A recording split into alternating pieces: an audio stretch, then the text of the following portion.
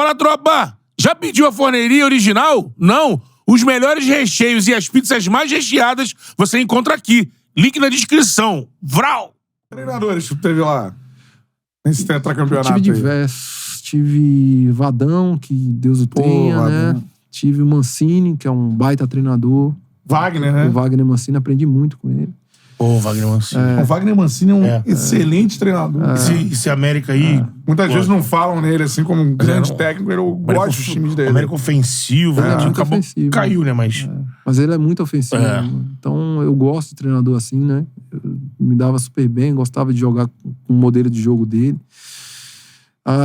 Foram muitos treinadores também desconhecidos, né? Tive um cara também, o Carpegiani, que me ensinou pra caceta, né? Então, o Carpegiani sabe muito de futebol. Sim.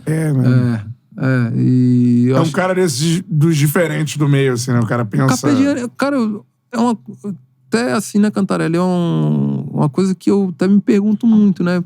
Como uma literatura aqui esportiva, ela não é... valoriza esses caras, né?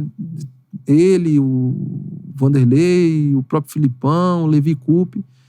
A gente teria que ter livros sobre esses caras, sabe? Autuori, né? Porque lá fora você tem, né? Tem, mas é que a gente não valoriza muito o que é nosso, né? Não. A gente tem essa coisa de depreciar. E eu tô falando, por exemplo, o Muricy é uma coisa absurda, velho. Quem consegue ganhar participar, ser tricampeão brasileiro são 120 jogos. Caraca. Isso é uma coisa... Aqui. É aqui, pô. É absurdo isso. E a gente tá falando do campeonato mais difícil do mundo, que é o brasileiro. Sabe? Então... E esses caras não... Os caras não escrevem sobre eles, entendeu? Eu lembro que teve um movimento e ao final do campeonato saiu um livro do campeão. Mas isso não parou. O Corinthians teve um... Mas eu lembro do time, né? Não, do técnico campeão. Aí teve do Vanderlei. Eu acho que isso do Vanderlei é do título de... O último título do Vanderlei brasileiro é o Santos 2004, 2004. né? Então eu acho que foi ali. Aí teve do Muricy, mas depois isso parou. Não sei se era um projeto de uma editora e fez ali e morreu, mas não era algo, pô... Tinha que ter sempre, né? Eu lamento, porque o que o Vanderlei fez, o que o Muricy fez, né? O que o Levi Coupe fez, o que o Filipão tá fazendo agora no Atlético, né? Que todo mundo tava... O Filipão tem quase 80 anos, cara. Sim. E consegue ainda fazer com que a equipe que ele, né, gerencie esteja em nível de competitividade que ele consegue. Isso tem que ser, peraí, cara, tem que sentar com esse cara e falar, pô, me explica o que você faz.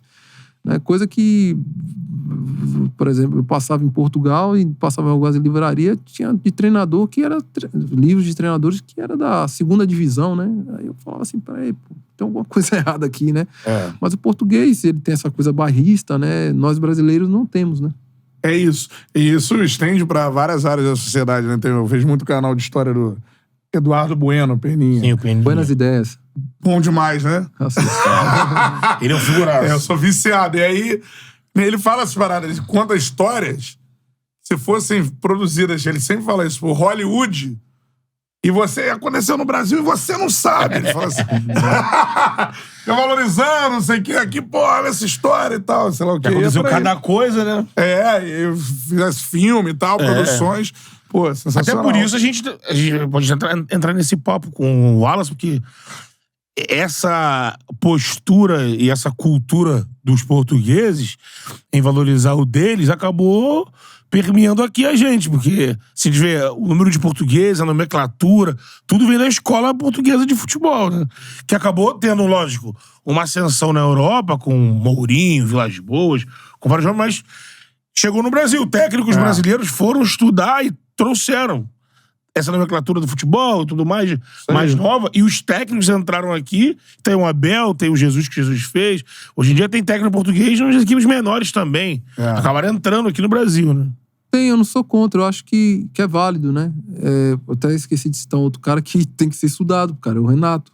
Renato. Não, eu esquecendo dele, né? Tanto que esses dias eu fui fazer um levantamento, fazendo um estudo assim, né? E fui ver os treinadores que tinham maiores pontuações nos últimos 20 anos. E aí Tite era o primeiro, né? E o segundo era o Renato, né? E eu sempre ouvi muita gente, principalmente porque o Renato não é muito adepto da questão da literatura e não é um cara muito técnico no modo de falar e tal. E aí eu fiquei impressionado com os números dele, assim, né? E eu falei, cara, todo mundo critica muito o Renato. Como é que faz? Como esse cara consegue ganhar tanto? Subiu da B com o Grêmio é segundo colocado no Exato, Brasileiro. e acima de tudo, assim, né, Betão? O trabalho fracassado que ele fez levou o Flamengo à final da Libertadores. Não, mas os números deles são os melhores, né, no Flamengo, né? Então, assim, eu acho que é 73% de aproveitamento. Tudo bem que as duas finais ferraram ele e tal, mas o Flamengo tinha um índice de gol muito alto com ele. Isso. Né? Goleadas absurdas. Você pega assim, aí você... Aí eu fui ver o histórico do Renato, né?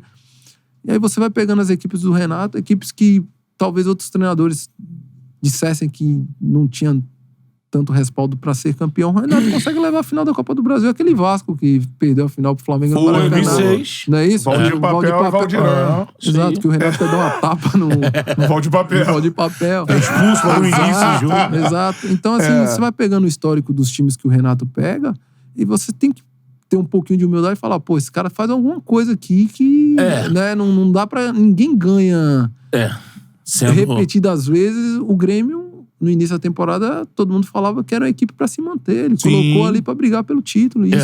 Isso é uma coisa muito louvável que às vezes a gente não dá importância. Talvez porque Renato tenha esse jeitão... Bonachão. Não sei se bonachão, mas talvez ele também deboche da... Também, tem isso. E aí ele cria essa rivalidade. Eu acho que mais por aí, né? Mas o Renato é um cara também que tem que ser lembrado sempre, velho. Sim. É isso aí, cara. E não tem um livro de técnico brasileiro, é isso mesmo. A gente tem um agora, pô, que tá... Né, enfim... Acho que o Abel lançou assombrando né? o Brasil, que é o Fernando Diniz. Sim. E ainda também não tem nada... O cara faz... Já teve um artigo do New York Times, sabia disso? Mas o Fernando Diniz. Mas o Fernando é uma coisa que... Ele é o efeito do Mário.